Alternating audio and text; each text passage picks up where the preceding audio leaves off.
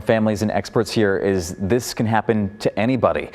Pills that look real are fake, and it only takes one to cause a tragedy. Cal was a pretty typical teenager. Jen and John Epstein of Beaverton say their 18-year-old son Cal struggled with anxiety and used some drugs to cope. So we got him professional help and thought he was in a good path and sent him off to school. In 2020, he came home from his first year at college. When we found him unresponsive in his bed with a few pills next to him, he never recovered, and he passed away a few days later. The pills were fake prescriptions laced with the potent synthetic drug fentanyl, a story shared by too many. I tragically lost my 17-year-old son, Zachary. These parents shared their experience as part of a national webinar this week about overdose risk. What do you think can be done?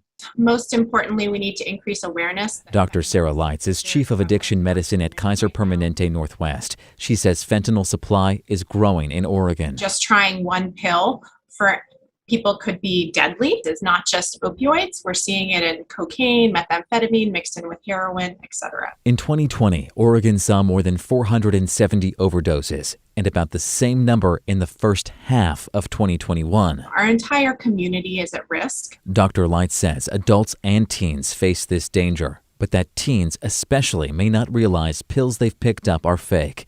With mental health concerns rising through the pandemic, she urges families to take this approach. Let adolescents know that they're not alone. So if they reach out for help, they're not going to get in trouble. They're not going to get kicked out of their school. Empathy and support, it sounds like, over punishment. Definitely. Signs of overdose include unresponsiveness to noise and touch, weak pulse, shallow breathing, and pupils the size of pinpoints. As cases rise, Dr. Leitz recommends many more people in the community also carry Narcan with them, an overdose reversal drug. We need to save lives. For the Epsteins, sharing education about fentanyl 100 times more potent than morphine. is their way to make sure Cal's memory lives on to save others. This is a problem that most of America isn't talking about, and we need to be. And again, this conversation is playing out here just 3 weeks after two teens in Multnomah County took counterfeit pills and died from fentanyl overdose. Doctors urge everybody to only take pills you're prescribed and to avoid anything else given or sold to you by someone else.